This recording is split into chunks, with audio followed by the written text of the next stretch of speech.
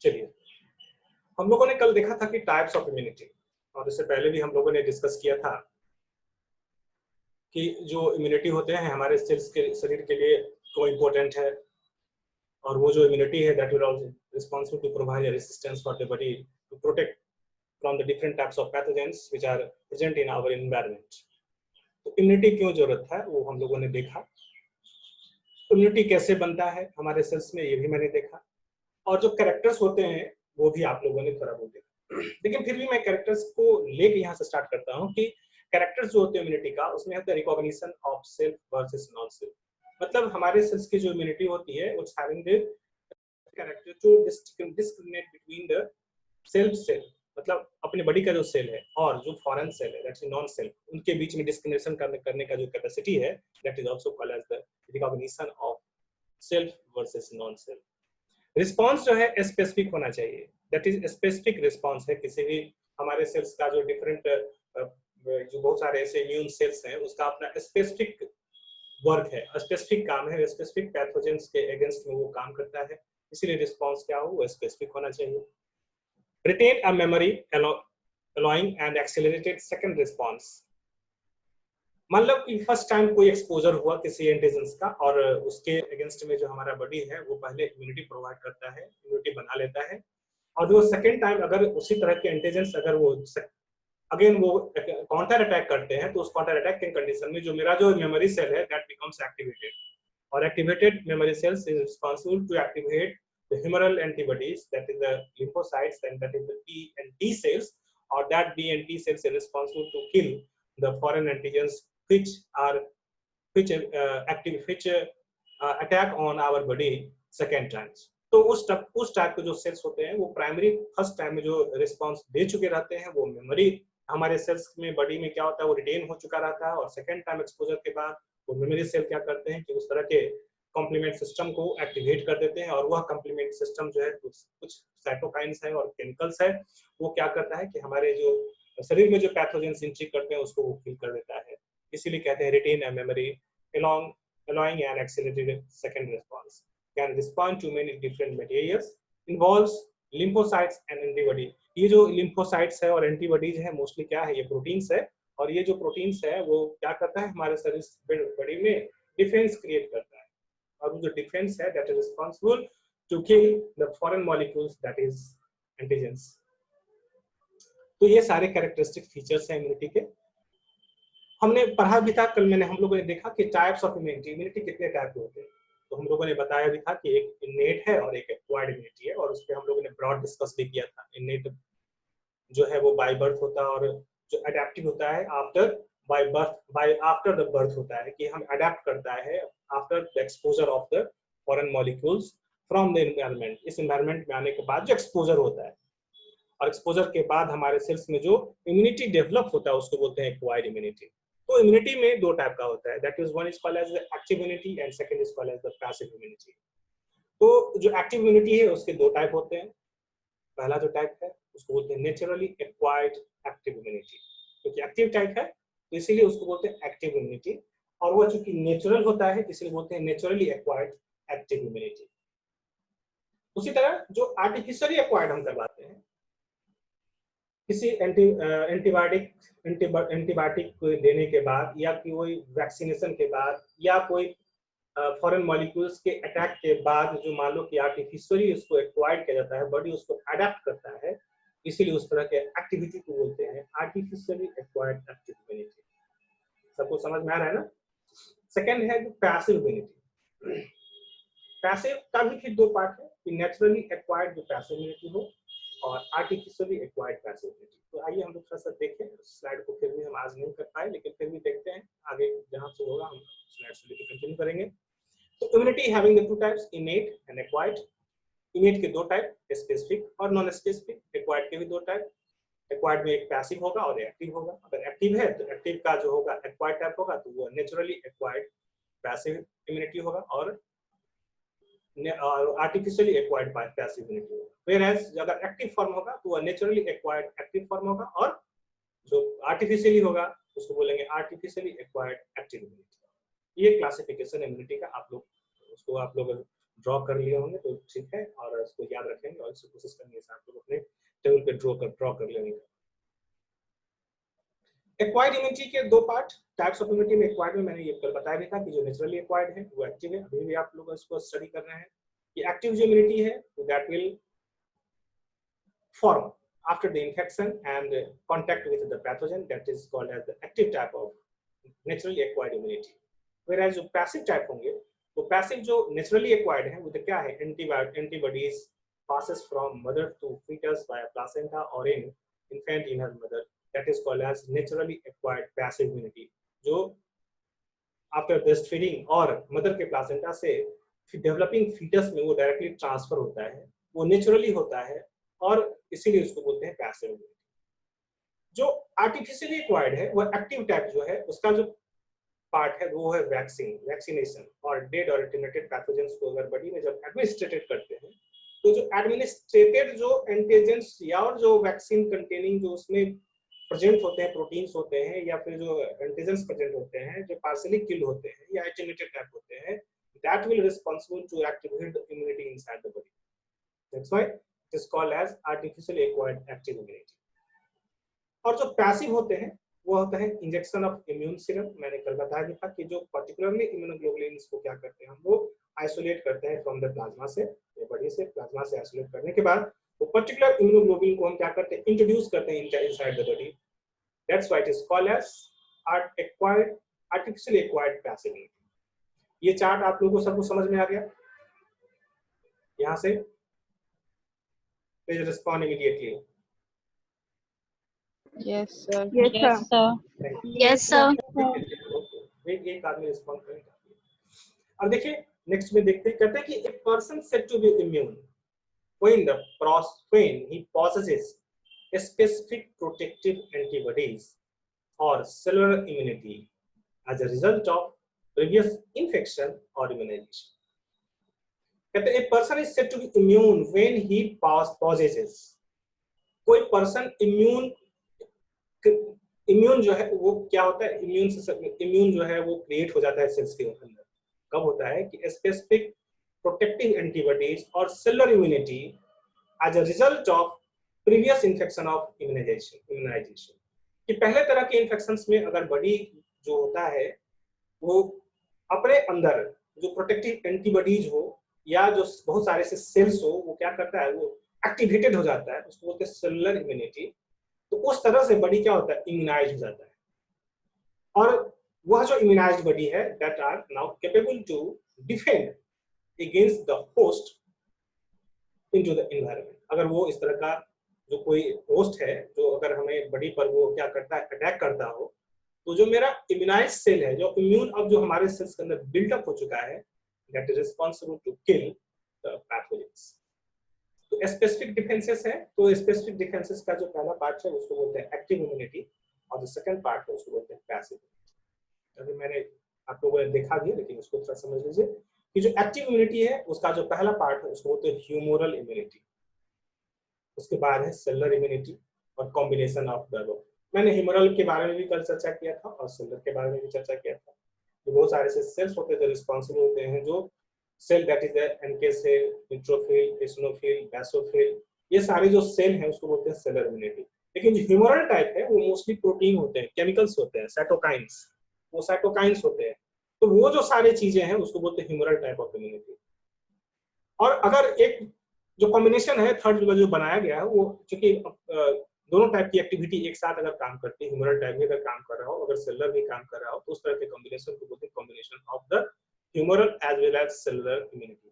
तो ये जो पार्ट है that is called as the active type of immunity, whereas passive type of immunity is having the normal haemoglobin, normal human haemoglobin को हम क्या करते हैं, इंजेक्ट करते हैं, या स्पेसिफिक ह्यूमन हीमोग्लोबिन को क्या करते हैं, इंजेक्ट करते हैं, जो स्पेसिफाइड हो। बहुत टाइप के हीमोग्लोबिन है जैसे haemoglobin M, immunoglobulin G, immunoglobulin A, इस तरह के जो इम्यूनोग्लोबुलिन डी, तो इम्यूनोग्लोबुलिन ई, तो जो जिस तरह का इम्यूनोग्लोबुलिन है अगर मान लो उसको हम आइसोलेट कर उसको हम एडमिनिस्ट्रेटेड करते हैं इनटू द बॉडी, तो उस तरह का जो एक्टिविटी, उस तरह का जो प्रोसेस है उसको बोलते हैं पैसिव इम्यूनाइजेशन और पैसिव इम्यूनिटी। और एनिमल एंटीटॉक्सिन्स एंड एंटीसेरा, बहुत सारे ऐसे चीजें हैं जो बहुत जो टॉक्सिन्स होते हैं जो किसी एनिमल्स में क्या करते हैं, आइसोलेट करते हैं, उस एंटीटॉक्सिन को क्या करते हैं बॉडी के अंदर में हम एडमिनिस्ट्रेट करते हैं, या फिर अभी प्लाज्मा थेरेपी की बात आती है, आप सुने भी होंगे। तो उस तरह से जो हमारे सेल्स के अंदर में उस तरह की जो एंटीबॉडी बन जाती है, उसको एंटी जो प्लाज्मा सेल्स होते हैं उसको एंटीसेरा बोलते हैं, उसको भी क्या करते हैं एडमिनिस्ट्रेट करते हैं। That is also a type of immunization, क्योंकि उसमें भी क्या है कि उसका एंटीसेरा प्रेजेंट है, एंटीटॉक्सिन्स प्रेजेंट है उस प्लाज्मा सेल्स में, उसको हम आइसोलेट करते हैं। मान लीजिए कि अभी मैंने कल भी चर्चा किया था कि कोविड-19 की बात आती है, आप लोग सुने भी होंगे कि क्या किया जाता है, उसके प्लाज्मा को आइसोलेट किया जाता है, उसके सीरम से सीरम को क्या किया जाता है निकाला जाता है, और उसको क्या किया जाता है कि प्लाज्मा थेरेपी के प्रोसेस से बट किसी जो हेल्दी पर्सन्स हैं वो इस किसी डिजीज से वो मतलब कोविड-19 के डिजीज से वो कॉम्प्रोमाइज नहीं हो जाए, इफेक्टेड ना हो जाए, तो इसीलिए उस तरह के एंटीसेरा को वो निकाल कर दूसरे हेल्दी पर्सन्स के अंदर में एडमिनिस्ट्रेट किया जाता है, ताकि वो एक तरह का वो क्या काम करे, रेसिस्टेंस क्रिएट कर ले हमारे सेल्स के अंदर, और जो फॉरेन मॉलिक्यूल्स जो है किसी वायरस का हो, चाहे बैक्टीरिया का हो, चाहे प्रोटोजोआ का हो, उसके अगेंस्ट में वो डिफेंस अगर क्रिएट कर दिया तो वो जो शरीर है वो क्या होता है इम्यूनाइज हो जाता है। तो this all process are type of passive immunity. तो एक्टिव टाइप में ह्यूमरल होंगे, सेलुलर होंगे, और दोनों का अपना कंबाइंड इफेक्ट है। सिमिलरली अगर पैसिव इम्यूनिटी है तो पैसिव के लिए भी जो है हार्मोन नॉर्मल ह्यूमन इम्यूनोग्लोबिन जो हम आइसोलेट करते हैं, स्पेसिफिक टाइप भी हम अगर मान लो स्पेसिफिक टाइप ऑफ इम्यूनोग्लोबिन लेते हैं, और जो एनिमल एंटीटॉक्सिन या एंटीसेरा है उसको आइसोलेट कर बॉडी के सेल्स में हम इम्यूनिटी को प्रोवाइड करने के लिए जो प्रोसेस क्रिएट करते हैं उसको बोलते हैं पैसिव इम्यूनिटी। हमें लगता है कि ये सब सारी चीजें आसान है और आप लोगों को समझ में आ रहा होगा।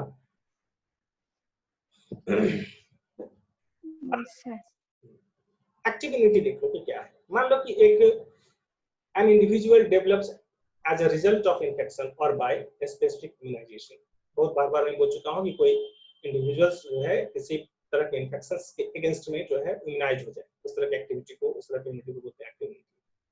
Associated with presence of antibodies or cells having a specific action on microorganisms concerned with a particular infection disease or on its toxins। जो सिमिलर चीजें हैं जो मैं बार-बार बोल रहा हूं उसको समझने की आवश्यकता नहीं है। Activity depends upon the humoral or cellular response of the host। Just previous slides में भी मैंने आपको बताया था। तो ये जो एक्टिविटी है that depends on the humoral and cellular response of the body, और ये जो होंगे स्पेसिफिक फॉर पर्टिकुलर डिजीज होंगे। इस टाइप की जो इम्यूनिटी होती है उसको बोलते हैं एक्टिव इम्यूनिटी। तो जो एक्टिव इम्यूनिटी होते हैं वो देखिए किस तरह से होते हैं कि एक्वायर्ड इन 3 वेज। फर्स्ट जो प्रोसेस है क्लिनिकल इन्फेक्शन के प्रोसेस से, अगर मान लो कि चिकन पॉक्स या मिजला या बहुत सारे ऐसे जो वायरस के होते हैं जो हम उसको वैक्सीनेशन के प्रोसेस से उसको एक्वायर्ड करवाते हैं, तो ये जो प्रोसेस उसको बोलते हैं क्लिनिकल इन्फेक्शन। दूसरा है following sub clinical infection that is polio and diphtheria. Similarly following immunization with an antigen that is a vaccine. Vaccination के प्रोसेस में जैसे लाइव एटेन्यूएटेड वैक्सीन और किल वैक्सीनेशन या टॉक्साइड्स को हम क्या करते हैं एडमिनिस्ट्रेट करते हैं। These all processes are responsible for the activation of active immunity। याद रखना है कि acquired is 3 ways: following clinical infection, following subclinical infection that is polio or diphtheria, or following immunization with an antigen that is the vaccine, this is live attenuated vaccine or kill vaccine and toxoids। Immune response कैसे create होता है? Immune का जो response है, अगर मान लो कि हमारे बॉडी में फर्स्ट टाइम एक्सपोजर हो रहा हो किसी एंटीजेंस का, उसके बाद जो इम्यूनिटी क्रिएट होती है और जो सेकंड टाइम एक्सपोजर होता है उसमें क्या डिफरेंसेस है, तो ये इम्यून रिस्पांस जो है, तो पहला जो रिस्पांस है उसको बोलते हैं primary response, primary immune response. First time अगर मान लो कोई एंटीजन हमारे बॉडी सेल्स को अगर डिफेंड करता, टारगेट करता, और वो एडमिनिस्ट्रेट होता हमारे सेल्स में after the damaging of the skin cells, और किसी जो ओपनिंग्स है हमारे बॉडी सेल्स के माध्यम से अगर वो हमारे सेल्स के अंदर इंटर्ड कर लेता है, एंट्री कर लेता है, तो उसके बाद जो रिस्पांस फर्स्ट टाइम वो डिफेंड करता है, उस तरह की एक्टिविटी को रिस्पांस बोलते हैं primary immune response. When an antigen is administered, for the first time to an animal or human, there is a latent period of induction of 3 to 10 days before antibodies appears in the body। आप लोग जानते होंगे कि किसी भी species का एक latent period होता है। वो लेटेंट पीरियड क्या होता है? वो लेटेंट पीरियड होता है कि कोई स्पीसीज अगर या फॉरेन मॉलिक्यूल्स हमारे सेल्स के अंदर में एंट्री लेता है, तो वह जो उस पीरियड में क्या होता है कि वह अपने कॉलोनी को बढ़ाने के लिए सेल्स के इन्वायरमेंट में क्या करता है, अपने आप को अडेप्ट करता है। तो उस कंडीशन में उसके पीएच, बॉडी का जो बहुत सारे फैक्टर्स हैं उसके साथ वो एक्लिमेटाइज करता है। उस एक्लिमेटाइज करने के बाद, उस ड्यूरेशन में जो एक्लिमेटाइजेशन होता है, एक्लिमेटाइजेशन के बाद क्या करता है, अपनी कॉलोनी को वो बढ़ाता है। तो यह जो पीरियड है, और जो कॉलोनी बढ़ाया और जो फर्स्ट टाइम जो अपीयरेंस होता है, first time disease symptom create होता है, तो इसका जो बीच का पीरियड है, कहाँ, जब ये फर्स्ट टाइम इन्फेक्शन हुआ हो और जो फर्स्ट अपीयरेंस है सर्टेन डिजीज का, उसके बीच का जो पीरियड है जहां पर वो सर्टेन होस्ट और पैथोजन अपने आप को क्या करता हो, रिकवर करता हो, सॉरी, वो अपनी कॉलोनी को बढ़ाता हो और अपना नंबर बढ़ाता हो, अडेप्ट करता हो उस कंडीशन में अपने आप को सर्वाइव करने के लिए into the inside the human body, इस पीरियड को बोलते हैं लेटेंट पीरियड। तो जो प्राइमरी रिस्पांस है, अगर फर्स्ट टाइम एक्सपोजर होता है आफ्टर 3 to 10 डेज के बाद का जो एक्सपोजर है, उसके बाद जो रिस्पांस होता है, उसी की जैसे इसको बोलते हैं प्राइमरी इम्यून रिस्पांस। और जो प्राइमरी इम्यून रिस्पांस है, वो फर्स्ट टाइम जब वो एक्टिवेट होता है, तो उसके लिए जो इम्यूनोग्लोबुलिन्स है उसको बोलते हैं आईजीएम। ये याद रखना है कि जो आईजीएम होते हैं, ये फर्स्ट टाइम वह एक्टिवेट होता है। प्राइमरी इम्यून रिस्पांस जो प्रोवाइड करता है, that is called as immunoglobulin M. एकदम याद रखना है, हिट करना है कि जो फर्स्ट टाइम एंटीबॉडी, अगर मान लेते हैं कि किसी बैक्टीरियल इन्फेक्शन हमारे सेल्स में हुआ फर्स्ट टाइम, तो फर्स्ट टाइम जो एक्सपोजर होने के बाद जो फर्स्ट इम्यूनोग्लोबुलिन्स है, जो उस एंटीजेंस के अगेंस्ट में अपना एंटीबॉडी बनाता हो, तो वह जो एक्टिवेशन है वो इम्यूनोग्लोबुलिन एम करता है, पहला एक्सपोजर। इसीलिए कि अगर मान लो कि कोई पर्सन जो है, अगर वो डिजीज से सफर कर रहा हो और वो प्राइमरी इम्यून रिस्पांस शो कर रहा हो, तो उसका देखते हैं कि इम्यूनोग्लोबुलिन टेस्ट भी करवाया जाता है। अगर वो इम्यूनोग्लोबुलिन एम टेस्ट होता है और वो इम्यूनोग्लोबुलिन एम आता है उसके रिजल्ट में, तो उसको बोलते हैं प्राइमरी टाइप का इन्फेक्शन है और उसको प्राइमरी रिस्पांस बॉडी का दे रहा है। तो उससे ये पता लगता है कि ये बैक्टीरियल इन्फेक्शन है और वायरल इन्फेक्शन। इसे जो फर्स्ट टाइम जो एक्सपोजर होता है बहुत इंपॉर्टेंट है और बहुत बार-बार ऑब्जेक्टिव में आता भी है, इसलिए आप इसे याद रखेंगे कि antibody elicited first to entirely of immunoglobulin N type. First is entirely of immunoglobulin M type. Immunoglobulin N antibody titers rises steadily during the next 2 to 3 days, reaches a peak level and then declines almost as fast as it's developed.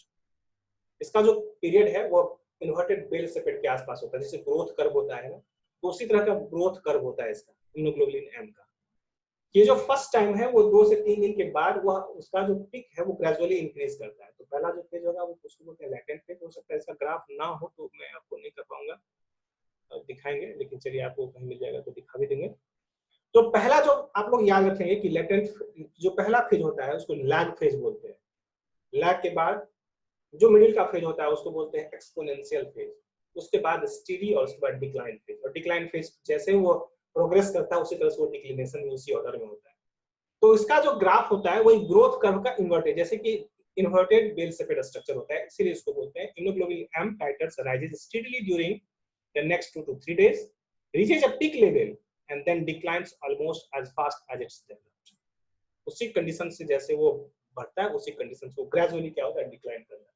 उसके बाद क्या होता है, if the antigenic stimulus was sufficient, immunoglobulin G appears in few days, reaches in a peak of 7 to 10 days and then gradually falls over a period of week or month. अब देखो जो immunoglobulin M अगर मान लो कि अगर हम immunoglobulin test करवाते हैं और इम्यूनोग्लोबुलिन टेस्ट में अगर वो इम्यूनोग्लोबुलिन जी का अपीयरेंस दिख रहा है, तो इसका मतलब होगा कि वह जो आदमी है या जो पर्सन है वह क्रॉनिकली इन्फेक्टेड है, क्योंकि उसके पास इम्यूनोग्लोबुलिन क्या है, प्रेजेंट है। तो इम्यूनोग्लोबुलिन क्या जी क्या है, उसके ब्लड में अपीयर हो चुका है, मतलब ये अब ये प्रोलॉन्ग कर रहा है, वो सस्टेन कर रहा है, वह वीक से महीनों तक उसका जो है वो इम्यूनोग्लोबुलिन जी जो है हमारे बॉडी के सेल्स में प्रेजेंट होता है, या जो इन्फेक्टेड पर्सन है उसके सेल्स के अंदर में इम्यूनोग्लोबुलिन जी जो है वह महीनों तक प्रेजेंट हो सकते हैं। तो इस तरह का एक्टिवेशन, मान लो कि अगर क्विक रिस्पांस अगर बॉडी मेरा दे रहा हो, इमीडिएट रिस्पांस दे रहा हो, या फिर इसको बोलते हैं एक्यूट टाइप ऑफ इन्फेक्शन। तो एक्यूट टाइप ऑफ इन्फेक्शन और जो प्राइमरी इम्यून रिस्पांस दे रहा हो तो उसमें इम्यूनोग्लोबुलिन एम ट्रिमेंडस फॉर्म में प्रेजेंट होंगे, उसका टाइटर लेवल जो होगा इम्यूनोग्लोबुलिन का ज्यादा होगा, लेकिन वह 5 to 6 डेज के बाद इम्यूनोग्लोबुलिन एम का जो लेवल है वो ड्रॉप डाउन स्टार्ट हो जाता है। और जिस तरह से इम्यूनोग्लोबुलिन का लेवल ड्रॉप करता है उसी लेवल से इम्यूनोग्लोबुलिन जी का भी जो कंसंट्रेशन है उसका जो टाइटर लेवल है वो बढ़ना स्टार्ट होता है। तो मान लो कि अगर 5 to 6 डेज के बाद इम्यूनोग्लोबुलिन लेवल अगर वो ड्रॉप करना शुरू किया और 7 to 8 डेज में वो कंप्लीटली क्या हो जाता है कि वो डिक्लाइन हो जाता है। तो उसी कंडीशन में जो इम्यूनोग्लोबुलिन अगर 6 डेज में अगर वो डिक्लाइन होना स्टार्ट किया तो इम्यूनोग्लोबुलिन एम का जो लेवल है वह इम्यूनोग्लोबुलिन जी का जो लेवल है वो बढ़ना स्टार्ट हो जाएगा। उसी कंडीशन में अगर इम्यूनोग्लोबुलिन एम का जो कंसंट्रेशन है अगर वो 6 to 8 डेज तक जाते हैं तो वो डिक्लाइन कर जाता है, तो इम्यूनोग्लोबुलिन का जो जी का जो कंसंट्रेशन है वो पीक पर होता है, बढ़ जाता है 8 डेज, या मान लो कि लिखा भी स्पष्ट क्लियर है यहाँ पर, if the antigenic stimulus was sufficient immunoglobulin G appears in few days, reaches in a peak in 7 to 10 days। 7 to 10 days में वो पीक पर पहुंच जाता है। तो इसका मतलब है कि अगर इम्यूनोग्लोबुलिन एम का कंसंट्रेशन ड्रॉप कर रहा हो तो इम्यूनोग्लोबुलिन का कंसंट्रेशन, इम्यूनोग्लोबुलिन जी का कंसंट्रेशन जो है वो बढ़ना स्टार्ट होगा। इम्यूनोग्लोबुलिन का कंसंट्रेशन टोटली डिक्लाइन होगा तो उस कंडीशन में इम्यूनोग्लोबुलिन जी का कंसंट्रेशन पीक पर होगा, जस्ट रिवर्स होगा, and then gradually falls over a period of week और मंथ। और वो तब तक वो सस्टेन करेगा जब तक वह इन्फेक्शन बॉडी के अंदर हो सकता है वो महीनों हो सकता है वो वीक में खत्म हो जाए। ये आप लोग समझ में आ गया इम्यूनोग्लोबुलिन एम का कांसेप्ट और इम्यूनोग्लोबुलिन जी का कांसेप्ट? यस सर, एकदम क्लियर होना चाहिए, ठीक है। हम ग्राफ भी आप लोग को बताएंगे, ग्राफ में होगा ही। तो इनेट टाइप में देखिए, it is the immunity which an individual possesses by virtue of its genetic or constitutional makeup. It acts as a first line of defense against infection, eliminating most potential pathogens before they establish an overt infection. It may be considered as the level of species, races and individual. ये जो सारी चीजें हैं कि innate immunity के अंदर में अब इसका जो थोड़ा सा देखना होगा, थ्योरी आप लोग इस तरह से देखते रहेंगे, आप लोग लिखते रहेंगे, मटेरियल आपको समय से मिल ही जाएगा। अब इसको आपको नहीं देखना है कि स्पीशीज इम्यूनिटी किसे बोलते हैं या रेशियल इम्यूनिटी किसको बोलते हैं, इसके आपको भी नहीं देखना है।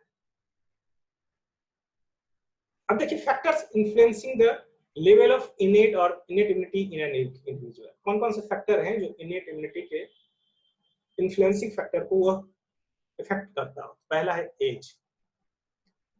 फर्स्ट जो फैक्टर है वो एज है। Two extremes of life are susceptible to infections as compared with adult. Similarly, but infections like polio, chickenpox tends to be more severe in adult due to hypersensitivity reactions which cause tissue damages. Conversely, hepatitis B is asymptomatic in infants. इन सारे चीजों को इतने अभी depth में भी मत जाना है, हम थोड़ा सा आगे स्लाइड ले जाते हैं ताकि आप लोगों को समझ में आ जाए।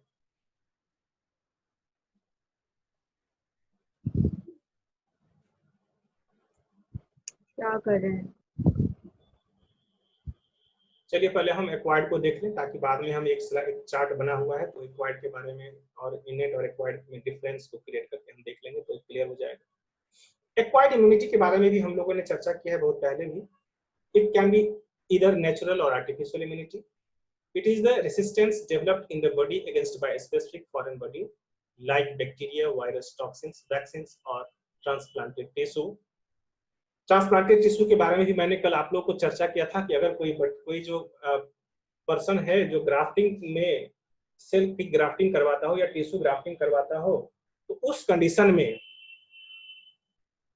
जो हमारे सेल्स का जो एंटीबॉडी है और जो हमारे जो सेल का जो बहुत ऐसे सारे जो पैटर्न होते हैं जिसको रिकॉग्नाइज करता है कि यह हमारे अपने सेल का है या नहीं, तो उस अगर वो अपने सेल्स का नहीं है तो ग्राफ्ट को रिजेक्ट कर देता है। उसके लिए भी एंटीबॉडीज का प्रोडक्शन होता है हमारे सेल्स के रूप में ताकि उसको फॉरेन मॉलिक्यूल्स के रूप में उसको समझ के उसको ग्राफ्ट को रिजेक्ट करता है। तो such kind of immunity is also a type of acquired immunity. उसके बाद है lymphocytes are responsible for acquired immunity। मैंने lymphocytes के बारे में बताया था कि lymphocytes जो होते हैं that are mostly of two types, B cell and T cells होते हैं। B cell होते हैं तो B lymphocyte बोलते हैं, T cell होते हैं उसके पास दो टाइप होते हैं, TC and TH cell। Naturally active immunity क्या है? अभी जस्ट हम लोगों ने देखा भी है कि जो नेचुरली जो है वायरल और बैक्टीरियल इन्फेक्शन के कंडीशन से वो एक्टिव हो जाए, it develops either after a clinical or an apparent infection by an antigen। Large majority of adults in the developing countries have active immunity to disease like polio due to repeated exposure। This immunity is short-lived in viral infection। Artificial जो active immunity होते हैं, it is resistance induced by vaccine।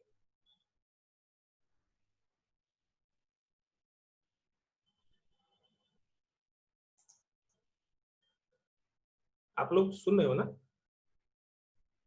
Yes, sir. Yes, sir. Yes, Yes, sir. sir. Yes, sir. Okay, okay। Yes, sir. Yes, sir. Power cut हो गया इसीलिए। Yes, sir. तो artificial active immunities जो है वो it is the resistance induced by vaccine, और vaccines are prepared by live killed micro organisms और their products used for immunization. अभी हम लोगों ने बहुत सारे चीज स्लाइड को इसमें देखा, और जो बहुत सारे वैक्सीन है उसमें वैक्सीन्स में जो लाइव एटेंटेड वैक्सीन होते हैं, इनएक्टिवेटेड और किल्ड वैक्सीन होते हैं और टॉक्सॉइड्स होते हैं। तो बहुत सारे वैक्सीन हैं जो that is also responsible to immune the body system। such kind of immunity is called as active type of immunity or artificially active immunity। बहुत जो पैसिवली टाइप है वो इम्यूनोग्लोबुलिन्स हैं, और इम्यूनोग्लोबुलिन्स में तो ह्यूमन इम्यूनोग्लोबुलिन्स में जैसे कि हेपेटाइटिस ए के लिए, मीजल्स रेबीज के लिए। नॉन ह्यूमन टाइप है जो किसी जो उसको बोलते हैं एंटीसेरा, और एंटीसेरा के लिए डिप्थीरिया, टिटनेस, सारे जितने सारे वैक्सीनेशन है that is type of artificially induced active immunity. ये सारे मतलब आपको एक्टिव इम्यूनिटी के लिए रिस्पॉन्सिबल होते हैं। नेचुरल पैसिव इम्यूनिटी किसे बोलते हैं? अब ये मैंने एक बहुत सिंपल सा एक स्लाइड था जिसमें वहां पर बहुत क्लियर है। नेचुरली जो एक्वायर्ड होते हैं और जो आर्टिफिशियली एक्वायर्ड होते हैं, तो नेचुरली जो दो टाइप के होते हैं, जो एक तो है एक्टिव टाइप में और एक पैसिव टाइप में। उसका स्लाइड भी वही था जो डिटेल्स में वहां पे लिखा हुआ था। तो जो नेचुरली एक्वायर्ड जो इम्यूनिटी है जो एक्टिव टाइप के होंगे, तो that will induced after the infection और when it will exposed by a certain pathogens। और कोई पर्सन जो है वो एक्सपोज हो जाता है सर्टेन पैथोजन से, उस टाइप की इम्यूनिटी को बोलते हैं एक्टिव टाइप। और जो पैसिव टाइप होते हैं that means induced by the transmission of antibodies from the mother placenta into the fetus or by breastfeeding milk के माध्यम से क्या होते हैं बच्चे में ये ट्रांसफर होते हैं। इस टाइप को इम्यूनिटी को हम लोग बोलते हैं passive immunity.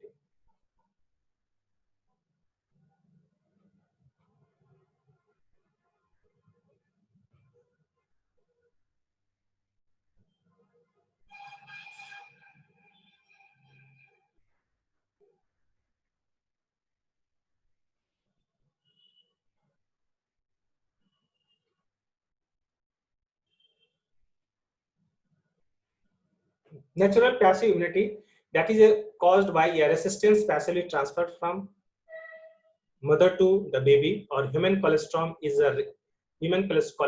rich in immunoglobulin A, and resistance to intestinal digestion gives protection to the infant। और जो कोलेस्ट्रम मैंने कल ही चर्चा किया था, जो कोलेस्ट्रम होते हैं that is the rich source of immunoglobulin A। याद रखना है कि कोलेस्ट्रम में अगर पूछा जाए which kind of immunoglobulin are present in the colostrum, तो आप लोग याद रखिएगा कि immunoglobulin A is the richest source of colostrum that is responsible to create the resistance into the body and resistance to the intestinal digestion to give protection to the infant। और जो colostrum जो immunoglobulin वो is also responsible to induce the protectivity into the intestines against the certain host or pathogens which are induced by the environment। इस तरह के जो immunoglobulin है वो क्या करते हैं, प्रोवाइड करते हैं रेसिस्टेंस, और such kind of resistance is called as natural passive type of immunity.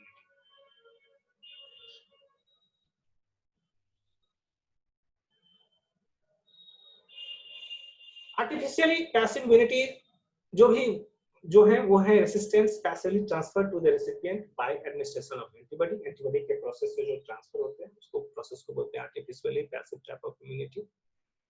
और जो उसका जो डिसएडवांटेज है वो डिसएडवांटेज क्योंकि हम एंटीबॉडी को अगर हम इंड्यूस करवाते हैं तो उसका रिस्क है। डिसएडवांटेज क्या है कि risk of hyper sensitivity reactions and immune elimination. मान लेते हैं कि कोई इस तरह का अगर हम एडमिनिस्ट्रेशन करवाते हैं, किसी भी तरह का एंटीबॉडी का एक्सपोजर करवाते हैं हम बॉडी सेल्स, हो सकता है कि वो पार्शियली एक्टिवेटेड हो या इनएक्टिवेटेड हो, उसको जो भी जिस टर्म मिले। अगर मान लेते हैं कि हमारे बॉडी सेल्स में वो एक्टिवेट हो जाए, हो सकता है कि वो प्रोन कर ले, डिजीज को ससेप्टेबल कर ले, एक्वायर्ड कर ले। तो यह इसका डिसएडवांटेज है जो आर्टिफिशियली हम इम्यूनाइजेशन करते हैं। इसका रिस्क है कि रिस्क ऑफ हाइपर सेंसिटिविटी। कोई पर्सन है, किसी चीज को हम एडमिनिस्ट्रेट करते हैं तो वो हाइपर सेंसिटिव हो सकता है, ज्यादा जो पर्सन है वो रिस्पॉन्स वो फास्ट दे और हाइपर सेंसिटिव हो। And immune elimination indications are immediate and temporary protection in a non-immune host faced with threat of an infection, to treat infection, to suppress active immunity। इस indications को आप लोग को ध्यान नहीं देना है। कुछ ऐसे टाइप के भी इम्यूनिटी हैं जो एक्टिव और पैसिव, जो प्रोसेस सेल्स के अलावा भी कुछ ऐसी इम्यूनिटी है, उसको बोलते हैं अडॉप्ट इम्यूनिटी या कंबाइंड इम्यूनिटी और हर्ड इम्यूनिटी। अभी हम लोग सुन भी रहे हैं कि हर्ड इम्यूनिटी जो होते हैं दैट इज जो हर्ड होते हैं एक समूह में होते हैं, ग्रुप में होते हैं, किसी भी स्पीसीज का एक ग्रुप हो उसको बोलते हैं हर्ड इम्यूनिटी। चलिए आपको इसमें स्लाइड में आपको आगे दिख जाएगा।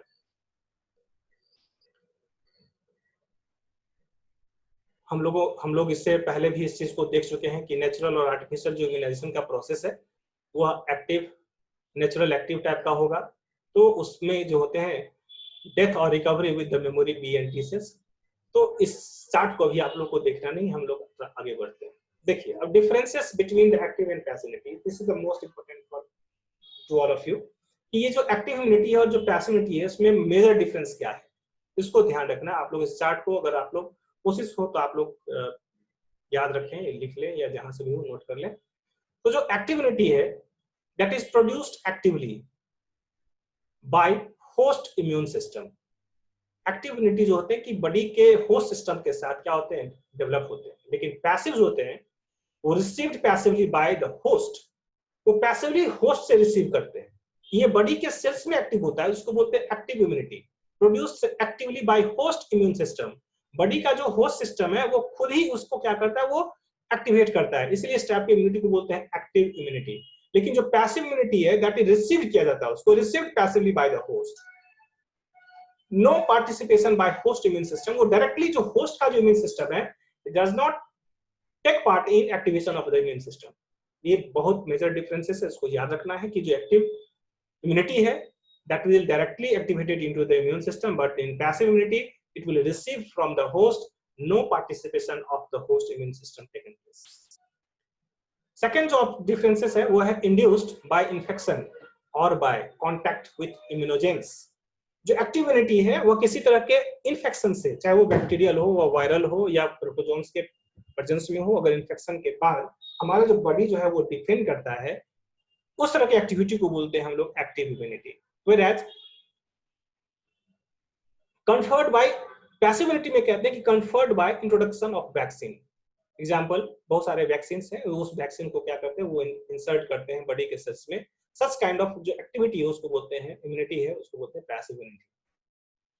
थर्ड जो डिफरेंसेस है वो है afford durable and effective protein. Afford durable मतलब इसकी जो लॉन्गेविटी है एक्टिव इम्यूनिटी का वह जो है ड्यूरेबल होता है, कुछ लंबे समय तक होता है और इफेक्टिव प्रोटीन्स होते हैं। लेकिन जो पैसिव इम्यूनिटी होते हैं वो शॉर्ट टर्म के लिए टेम्पररी होते हैं और लेस इफेक्टिव प्रोटेक्शन करते हैं।